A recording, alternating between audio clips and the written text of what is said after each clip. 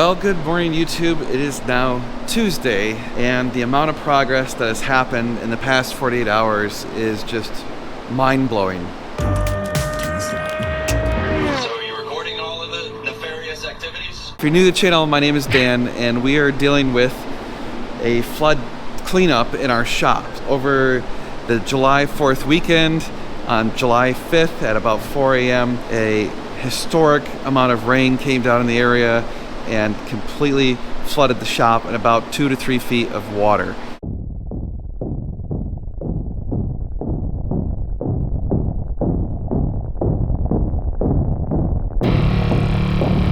Put mud in here and ruined a lot of things. We still don't know the status of a lot of these cars, and we're trying to figure out how to resolve all this as well as get the business operational again. And in the meantime, a substantial number of you have been donating time, money, help, advice, whatever, and it's just been amazing. The outpouring of support has been phenomenal.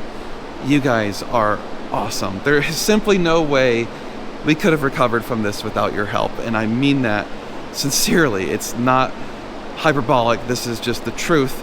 There's no way Josh and I could have handled this alone. With the amount of work that people did here in the shop in the past few days, would have taken Josh and I a month, at least. And in that time, we wouldn't have made a single dollar because the business is basically not operational at all. All that work has saved us from having even worse water damage from mold and mildew and stuff. So we were able to get almost all the interior drywall and anything saturated water out of here. You can see all the walls have been cut where all the water was, all the cabinets removed. The kitchen just totally gutted, our office removed. Everything that basically is wet is gone. More walls removed. Just tremendous amounts of work. The amount of mud that was mopped up and swept and pushed out of the building is just crazy. Yeah, I cannot thank you guys enough. We still have a long road ahead, to be clear, but Sunday morning I figured this was it. I was almost ready to throw in the towel and just pack up everything and say, I'm gonna find something else to do with my life. And today I feel like there's genuine hope that maybe our business will survive. There's still a lot of hurdles. We still have some very significant financial concerns, and I guess I wanted to talk about that for a little bit because a lot of people are just making the assumption that insurance is going to cover this and everything's going to be fine. We're not sure about that. To start things off, we have insurance. We have two insurance policies, actually. We have one for the property, which includes the building and stuff, and one for the dealership, which includes cars and liability and stuff like that.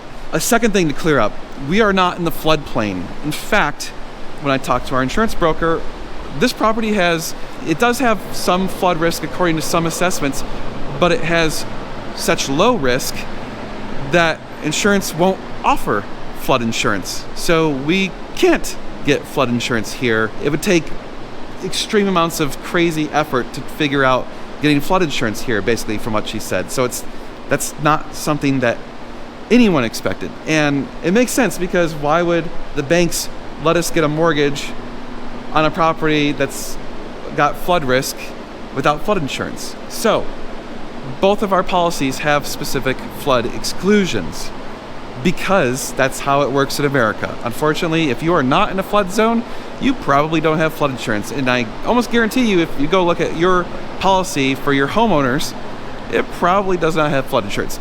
Vehicles are different. If you have a personal automobile policy on your cars, which pretty much you have to everywhere in the US, it has flood insurance. And the reason is because when you drive a car, you could have it fall into a lake or a river or whatever. It's different than your house. Your house doesn't exactly drive through a river. It just stays put. And so they can figure out if there's flood risk. And generally, if you don't have flood risk, you don't get flood insurance. It's kind of like if you don't live near a fault line, you probably don't have earthquake insurance. We don't have earthquake insurance. Now, what went on with the flooding here is not a result of the stream. So there is a runoff stream that is when it rains, water goes into that stream, it fills up, and then flows down to the San Gabriel River. That stream does not get to the building. It's not, I don't know if it ever has. I mean, we haven't been here that long. We've been here 3 years. In those 3 years, we've seen it flood into our grass multiple times, but it never has gotten even close to the shop.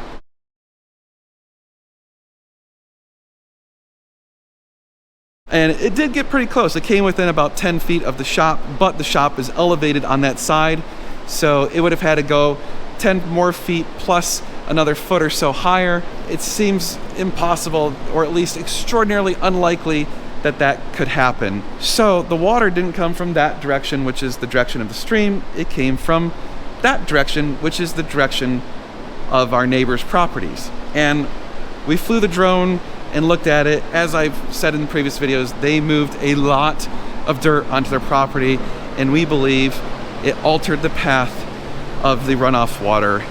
And so instead of the runoff water running into the stream like it did before, it ran through the back of our property directly into the corner of our shop. Coming in that door, it was so much water pressure, it blew in that door.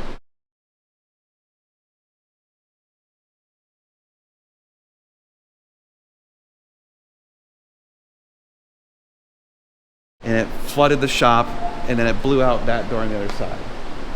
So AC guys are here to help us out. I'm gonna talk to them for a second. So the AC guys, allstartradepros.com. If you're in Williamson County, North Austin, and you need their help, they're so awesome. They literally saw the video. They don't know who I am. They've never met me, and they're just like, we just wanted to help. And so they showed up yesterday. They inspected our ACs, and today they're like, hey, we're gonna make sure that they're gonna be okay. So they're fixing them, getting them level, taking care of them. I mean, like I said, the generosity of people has just been so impressive. That's just it. It makes you have faith in humanity again. You hear so much crap out there, and then you see stuff like that. It's just awesome. So again, allstartradepros.com. Wonderful guys, super nice. It's literally their business. Like it's it's a small business that's literally 3 people. So awesome if you can help them out. Geez, I totally forgot. Okay, so the insurance thing. So basically, we don't have flood insurance. As I mentioned, it's a specific exclusion. So the only way that we're going to come out okay on the insurance side is through liability because of the runoff change. So that's what we're fighting for right now. It's probably going to be a while, and that's what's really frightening is we're going to have to get things running and take care of stuff, I almost guarantee, before we have any sort of resolution with insurance. So that means Josh and I are going to be on the hook for a lot of money in the short run that hopefully eventually maybe we'll get back. That's kind of where we're at. I just wanted to point out for any of you who are new and haven't been watching the channel for a while, Josh and I are not multimillionaires. This is everything that we've got put into the shop. I don't know if that's someone else's truck.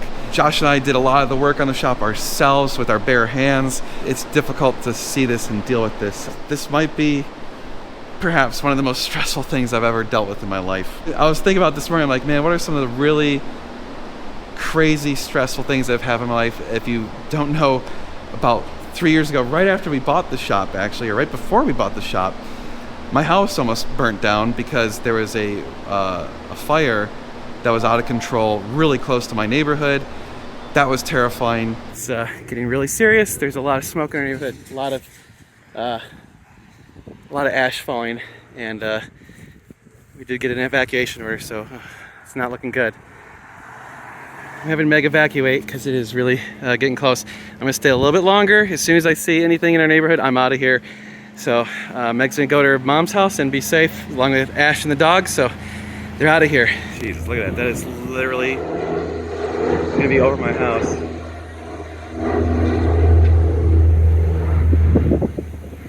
There's my house. There he is.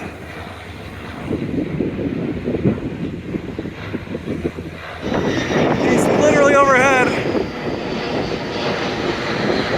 Damn. He's not very high.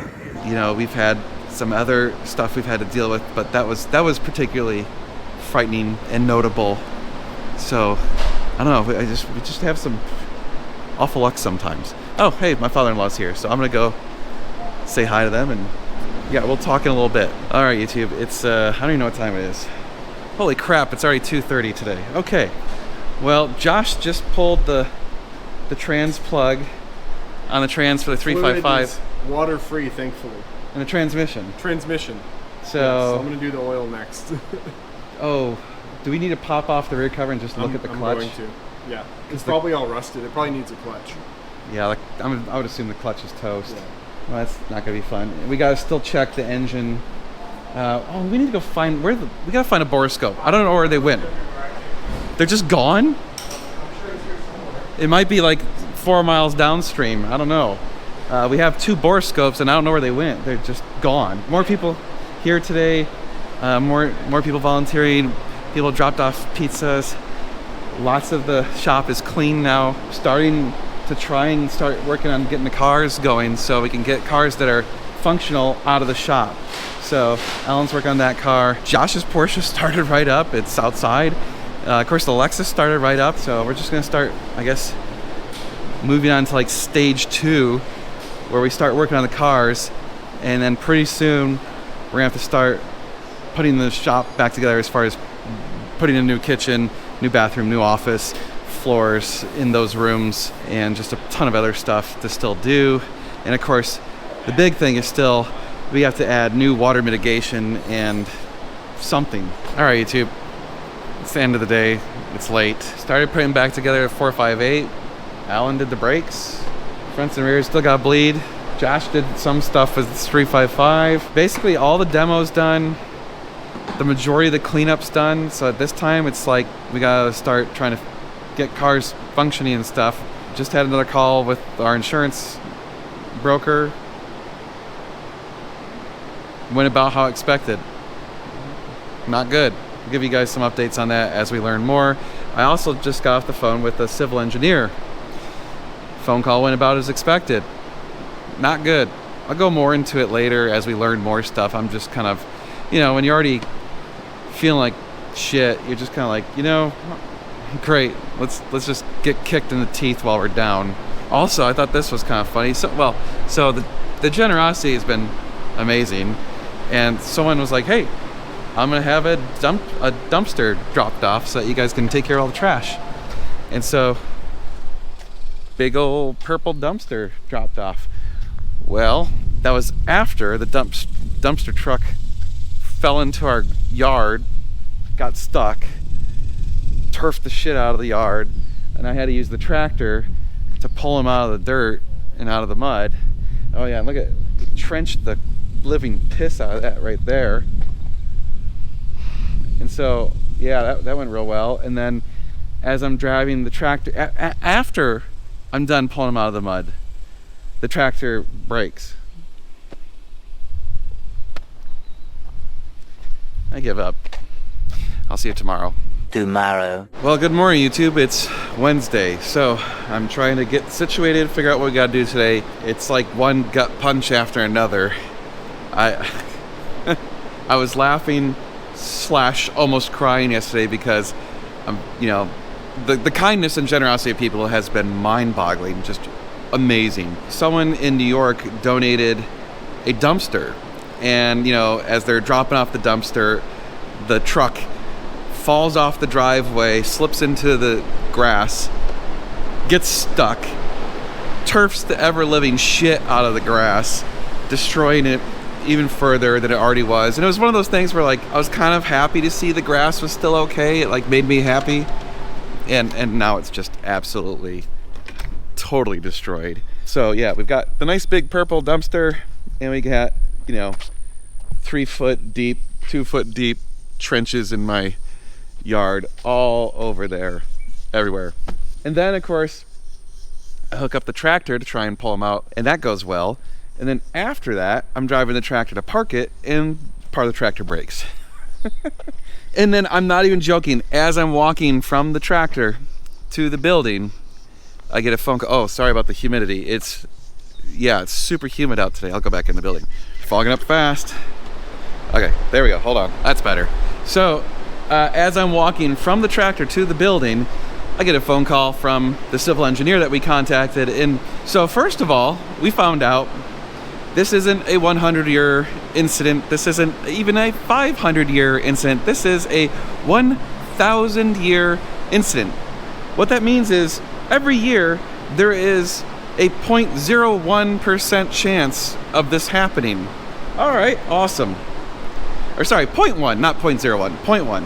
Very, very low probability. He basically said to design a water system that can handle this situation, minimum cost $150,000, probably at least $200,000, likely $250,000. All right, that's not really in the budget. So I was like, yeah, what else could we do? Oh, I'm getting a phone call.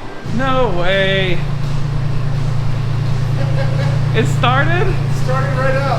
I heard it crank a few times. I thought, nah. It took a little bit of cranking, but it started and it blew a bunch of water up the exhaust. Oh, did it? It splattered against the wall. Oh, yeah. Ew. Yeah, we gotta get this puppy out of here. Wow, that's crazy. That will be very happy to know that it started right up. Yeah, right? That's funny. Okay, so we gotta push this out. Yeah, we gotta get this out, There's still mud under there. All right, I cool. wonder if we could just push this forward. Well, YouTube, that was strange. So I got a text this morning from Fox Weather. They're like, hey, we'd like to interview you. And I'm like, sure. Give me a phone call and we chat for a little bit. And they're like, okay, someone's gonna reach out and send a link to you later today. So I get a link, I click on the link. It's like a video thing. Everything seems normal so far.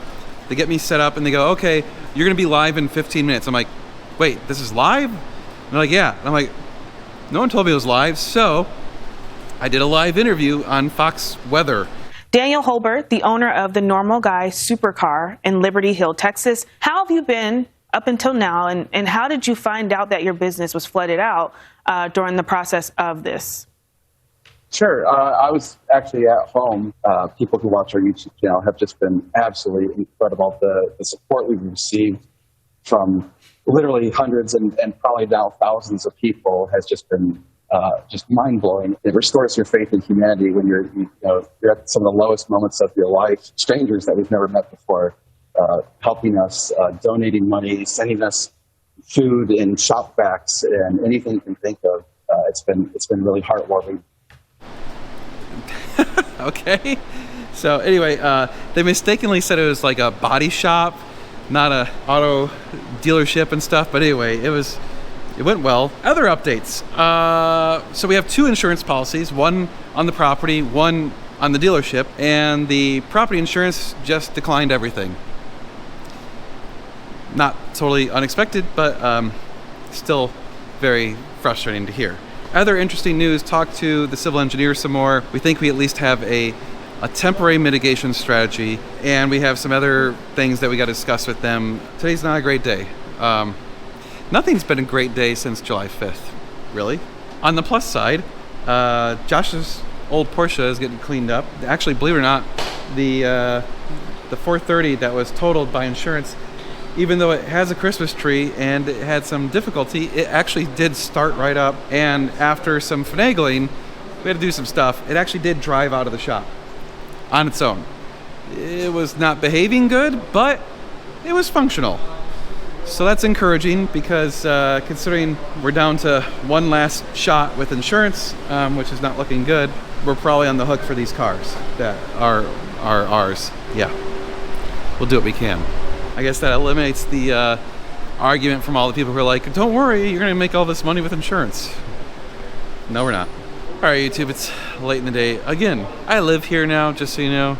Not really, just holy crap, we've been here more than usual, which is already a lot. Put the borescope into the 355 engine, and no water got into the cylinders. Water did get into oil pan. We think that's completely fixable. We're just going to run a shit ton of oil through it and clear it up, so I think that's good. Adjuster came to look at Scott's car. Pretty much sure it's totaled. We're batting 2 for 2 on those. This car, however, like the interior is basically perfect, The water didn't even get to the seats because it sits a bit higher. It's totally fine. Totally fine. All right, simple cars, people. Remember, simple cars survive. Then over here, we've got, transmission, got some water in it. That's from this 430. Yeah, we're waiting to hear from the other insurance policy. No word on that yet. I'm not optimistic, but we'll see. Maybe I'll get lucky. And then I'll play the lottery the same day. Threw away a ton of trash, got a lot of progress. Stuff's cleaned up a bit more. Chipping away at trying to get these cars back so they're drivable. A little bit of light at the end of the tunnel.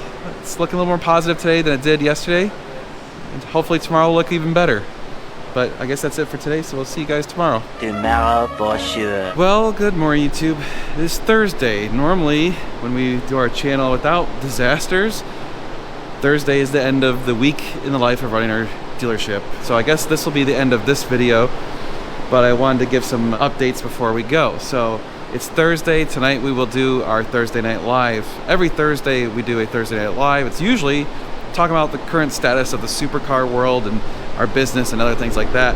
Obviously tonight's discussion is going to be about the flood. We do appreciate when you guys join us. It's usually it's a lot of fun. Tonight obviously might have a bit more of a somber tone, but at least things are progressing at the shop, so I'll show you where we're at. The floors are, I'm gonna say, like 95% clean. So we got the Jag out of here. I was joking with Josh that it took a literal act of God to get the Jaguar out of the shop. All right, if you can't at least joke once in a while, you're just gonna go insane. The Jag's out.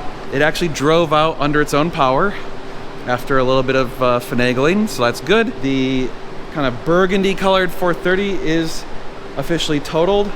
Insurance came and it's a goner. So that will be, I'm sure, snapped up by some YouTuber or someone on Copart. Scott's car adjuster was out here yesterday. Should know the results of that, but you could read his body language. I'm pretty sure that car is totaled too. We're trying to get that 458 done, so we have a few more things to do, and then it's gonna go, get out of here, just go away, go back to your owner. I should say go to your owner. He's never even seen his car. He bought it from us months ago. We ordered all those parts and we finally are getting it done. This car we're gonna try and get wrapped up in the next few days, so it also can go to its owner and they can go enjoy it. So we got a few more things to do on that car. The 458s, the status of 458s is still unknown. We have the interiors out of the cars, we have the seats torn apart, we've had fans running in them non-stop. We're just praying that maybe the computers and the electronics survived. I'm pretty confident the engine's okay. The transmission's probably okay. Obviously need to change some fluids. And as of this point, we're probably gonna have to sell those cars, which will be interesting because they will not be flood salvage title. In fact, they will not show any record of flood if we sell them, other than the fact that we are disclosing that they were obviously in water.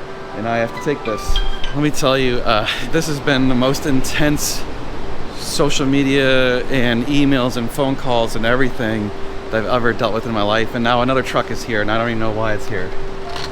All right, another thing was being delivered. Sorry, I get interrupted just basically non-stop. Although it's finally calming down a bit, we finally can kind of sort of start to get stuff done. So at this point, there's not a whole lot of needs as far as stuff like that you can just donate. So we're getting to the point where we're gonna need to rebuild drywall, rebuild the kitchen, rebuild the bathroom, rebuild the property, put a trench in. And as of this point, one of our two insurances has already just said nope. So we're assuming the other one's gonna say the same thing, which means we're gonna be facing some really substantial challenges financially. So all those people who are like, oh, you guys have insurance, you'll be fine. Well, as I said earlier in this video, insurance in America and insurance doesn't work the way you think. We basically can't get flood insurance because we're not in a floodplain. All the experts did not say we needed flood insurance because this isn't supposed to happen. And it shouldn't have happened, in my opinion. I believe this is due to the alteration of our neighbor's property. But we'll work on that. God, something's biting me. There's still a bunch of ants and crap everywhere. All right, guys, that's it for this video. Again, we appreciate your support. We need your support.